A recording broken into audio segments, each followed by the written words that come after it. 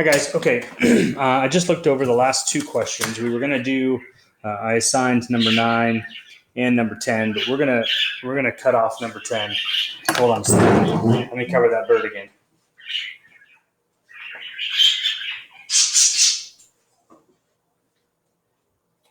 All right, so I took off number 10.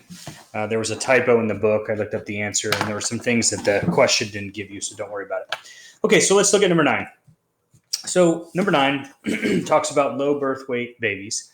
Okay, and they're out in Norway. They identified 400,000 newborns over 6 years. The distribution of birth weights is normal. Okay, so that's a big one. They tell you the mean, and they tell you the standard deviation. Okay, babies that weigh less than 2,500 grams are classified as low birth weight. Okay, so let's talk about what percent of babies will be identified as low birth weight. Okay, so on number 9, let's get a list of what we've got here. So we know that this is normally distributed. We know that the mean weight is 3,668 grams.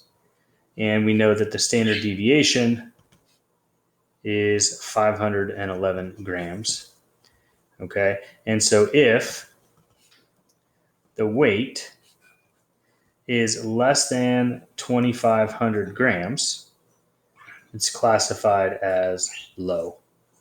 Okay, and so what we're supposed to do is find the percent of babies that are low. Okay, and so let's just get our drawing, and that's gonna help us do everything. So we draw our normal distribution, right? It told us it was normal, so we've got symmetry. We've got the mean right in the middle of 3,668.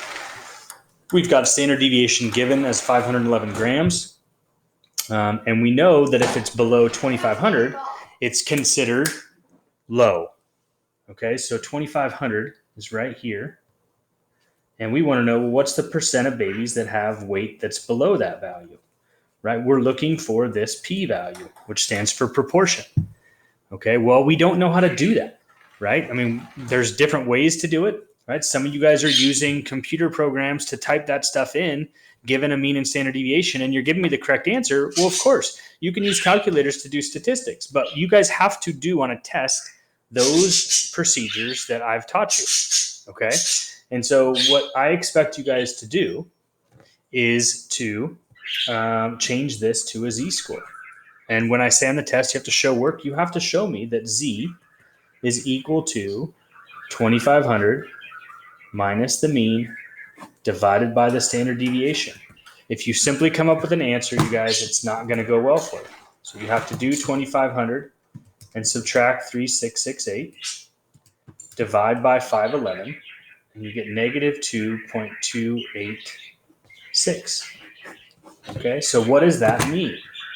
Well, that means that on a standard normal curve, which is also normal, symmetric, right? You're down here at negative 2.286 with a mean of 0 because these are z values, right? These numbers up here are grams.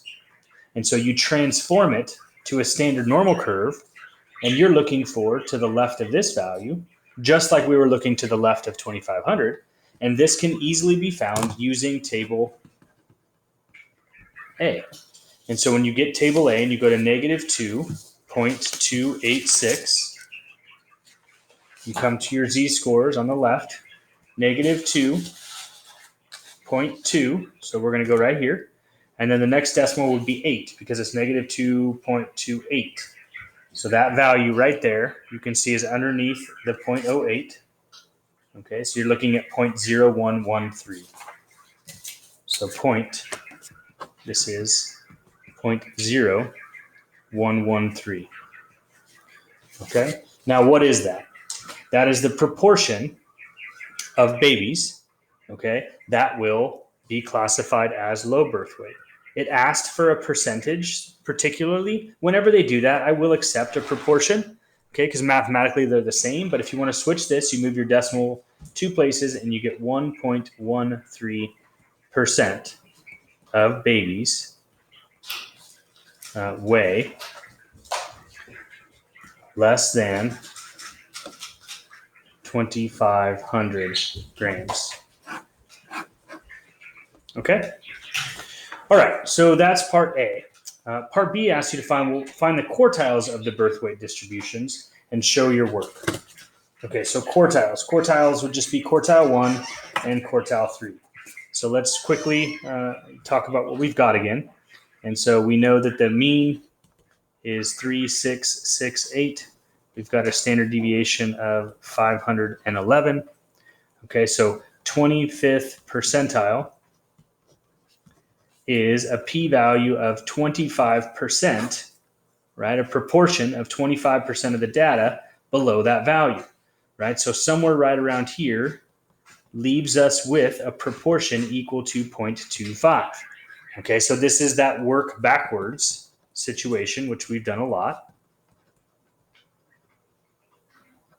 And to work backwards, that means you're going to find a z-score that has that area under the curve. And so in your table A now, you're going to look for a value of 0.25.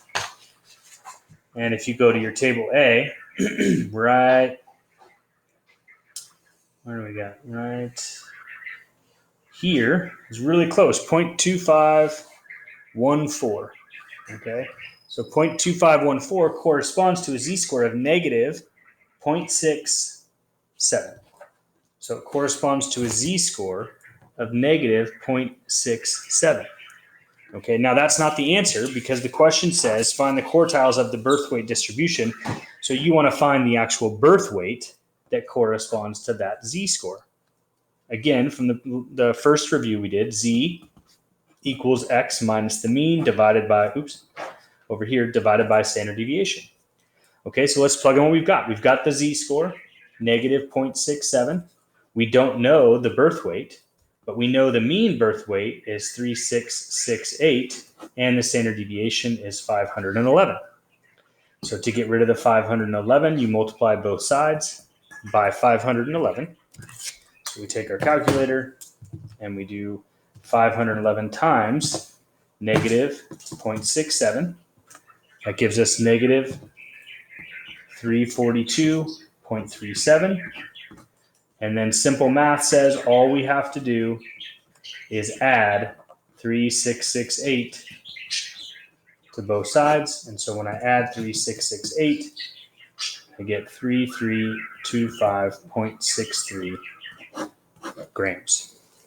Okay, now I'm not going to do the other percentile because it's just the 75th percentile. So the procedure is exactly the same. It's just going to be a different z-score that corresponds to it. Okay, and so what you want to do is you want to draw your picture, right? You know you're looking for the 25th percentile, which is a proportion of 0.25. And I know that that corresponds from table A to that z-score, and then work backwards to find the actual data point, which would be the birth weight. Okay. All right, you guys, tomorrow's Friday. I will have some other type of review that I will most likely do in class. I'll either record what I do in class or I'll make a post for everyone to see some way or the other. So you guys have a review before the test, which is this coming Monday, December 7th. Everything is due: homework, lessons, the test. Don't email me the day after the test and say your internet went out. All of those things, you guys, we've gone down this road, and some of you have done this. I'm going to have the same answers. Prepare for the test. You have from 12 midnight starting on Thursday night until 11:59 p.m. on Monday night. Sunday night to Monday. So you have an entire day to find a time to take your test. So plan ahead. It's been on the calendar for 3 weeks. Okay, take care, guys.